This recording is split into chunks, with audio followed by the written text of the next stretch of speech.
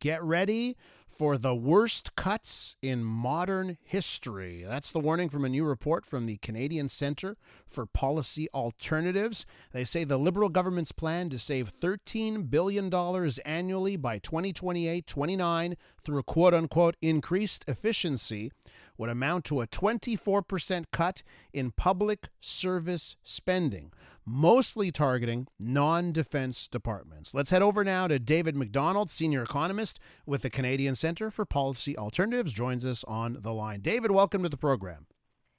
Sure thing. Thanks for having me. Worst cuts in modern history. I guess to start us off here, we have to put that in perspective. Just what are we talking about here, and what do you compare it to in Canada's history? Yeah, I mean, if we actually did see a 24% cut in non-defense operational spending, that would be far larger than previous big cuts in federal operation spending. If we go back to the 2010s, the Stephen Harper cuts were 5 or 10%, depending on the department. We could go back to the Paul Martin cuts, so the mid-1990s. They were 18.9%, 24% bigger than either of those, although both of those actually included defense spending. One of the big issues for this, and the difference between what was in the Liberal platform and what the situation looks like today, only 2 or 3 months later, is this huge increase in defense spending that happened just last month means that D&D is off the table. And D&D makes up over a quarter of all operation spending. You're not going to increase the D&D budget by $8 billion or $9 billion this year and then cut it 2 years from now by $3 billion. That doesn't make any sense. And so I think what that means is D&D is off the table. And so all the other departments, the other 3/4 of operation spending, now has to shoulder a much larger portion of this $13 billion in savings they're trying to get to. So I get what you're referencing there is the commitment that the NATO countries, the NATO member countries made, right? 5% of GDP on defense spending. What kind of a hole does that create in the Canadian budget based on what we've been spending up to now? Yeah, so that's exactly why it happened. The government wanted to get immediately to 2%, which was the old NATO target that the Liberal platform did not commit to getting to in year one. They committed to getting to it several years from now. But the government changed its mind, and we're immediately at 2% of GDP on the way to 5% of GDP. But that's going to be a couple of years from now. And so this was a big spend. And I think what it means is that D&D is off the table. What does that mean in terms of the budget? Well, we haven't seen a budget. So at this point, it's anyone's guess. There's been some big holes blown in the budget. In terms of the commitment to higher D&D spending in the Liberal platform, this additional piece on top that happened last month, plus the cut in the lowest bracket, the tax rate in the lowest bracket for middle income and upper income Canadians, all of those certainly are going to increase the deficit. And the government's one of the only real plans to try to backfill that big increase in the deficit is this broad-based sort of efficiency savings in the federal public service. And these numbers now are far too big, and they're out of proportion. And the other thing, too, is once you start to look at some of these other departments, and you say, well, we'll just cut it out of outsourcing. And so, you want to save $13 billion. The outsourcing budget's $17. So you say, well, we'll just cut some outsourcing. Much of the outsourcing budget is things you definitely are not going to cut. This is things like healthcare for the RCMP or the military. It's things like consulting fees for engineering and construction. We're going to see actually a lot more of that over the coming years if we're on a big building boom. That's right. That's right. Build Homes Canada, right? Government's going to build the homes now, so we're not going to cut there. And so that part of professional services is going to grow. It's not going to cut. Now, there's certainly parts of professional services like IT outsourcing. You think of like the Arrive Can app, for instance, or management consulting, some of these big Ernst & Young companies that get called in and get these big contracts. You could insource a fair amount of that, and you could probably save about $1 billion doing that. Now, you'd have to probably hire people internally to do it, but it's cheaper to have people on staff doing it internally than hiring it out to some consulting firm because they charge a big, big markup on it.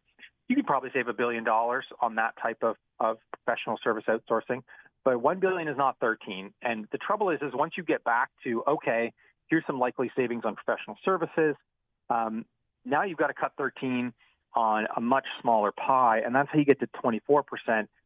cuts in operational spending. Much of that is actually would just be personnel. Like there are some small budgets for transportation and advertising, and maybe you want to cut those, which is fine. But most of it is actually just personnel. And so you can't get a 24% decrease in spending in non-D&D and not see a massive impact on services. You think of like 5 years ago when you couldn't get a passport and you couldn't get anybody on the line for CRA because there weren't enough people to do it. So they went on a hiring boom, hired a bunch of people to reduce the wait lists and the wait times and all this stuff. And now we're kind of at the peak of the cycle where some parties are super concerned. Oh, we've done all this hiring. We need to lay everybody off now. But there's a service impact to that, right? And the service impact is a year or two from now, you can't get a passport again, and then becomes a political problem. And that's exactly, those are other problems there. We're with David MacDonald, senior economist with the Canadian Centre for Policy Alternatives. We're talking about how the government will try and rein in spending, given all the promises they've made. Now, David, I've seen journalists try and question the Prime Minister, Mark Carney, over this subject and how he's going to balance budgets. And of course, like you said, we have not seen a budget from this Liberal government. One of the things Mark Carney has mentioned, we actually have operational expenses and infrastructure expenses. These are separate things. We will balance the operational thing. I just want to know from your perspective, is there a bit of magical thinking going on from the federal government when we try and figure out how they're going to manage to deal with all the promises they've made and reining in spending at the same time? Well, this is why we need a budget, right? So the platform that they propose, which is what this analysis is based on, I read the platform and said, where do they think these savings are going to come from? It doesn't look like the savings are going to come from transfers to the provinces, transfers to people, transfers to the cities. It doesn't look like it's going to come from cutting grants to, say, nonprofits to deliver programs. They're going to keep all of that, and they're only going to do it on the operational side, which is mostly staffing. When it comes to the bigger picture about separating capital expenditures from operating expenditures, the budget already does that. Like the federal budget already operates on what's called an accrual basis, and so if the federal government buys things, those don't appear at their full cost in year one. Their cost is spread out over the life of the asset. So if you buy a fighter jet and the fighter jet's going to be here for 50 years or 20 years or 30 years, you expense the cost of that fighter jet over 20 years. That's been standard practice for decades now. Now, I'm not saying maybe you should separate those out. The federal government actually doesn't own a lot of capital. Like a lot of it is transfers to other levels of government, like the cities or the province, and they are the ones that own the capital. Capital here being things like roads or wastewater infrastructure. Say it's the cities and the provinces that own that, not the feds, and so the feds doesn't operate in this sort of accrual basis where you spread it over time. Maybe the feds want to do that. I'm fine with that. I mean, I think there's a case to be made there. Certainly in areas like housing, for instance, certainly in the military, but other areas like First Nations infrastructure, for instance. These are absolutely things that we could be considering capital. Federal government owns them and expenses them over a long period of time, like other levels of government do. I think that's a great idea, and I think we should be doing that on housing, in other areas of infrastructure as well. So there's a case there to be made. It'd be interesting to see how they change the budget reporting, because there's pretty standard budget reporting that we will certainly see in the next budget, no matter what else they do. But it would be interesting to see some of these other pieces of the capital side broken out. David, listen, I have a minute left, but I have to ask you because in my mind, I don't know how they get where they want to go with cuts without touching on the transfer payments, whether it's to provinces or people. And that means cutting social programs. Do you think that actually will be on the table, or should it be on the table?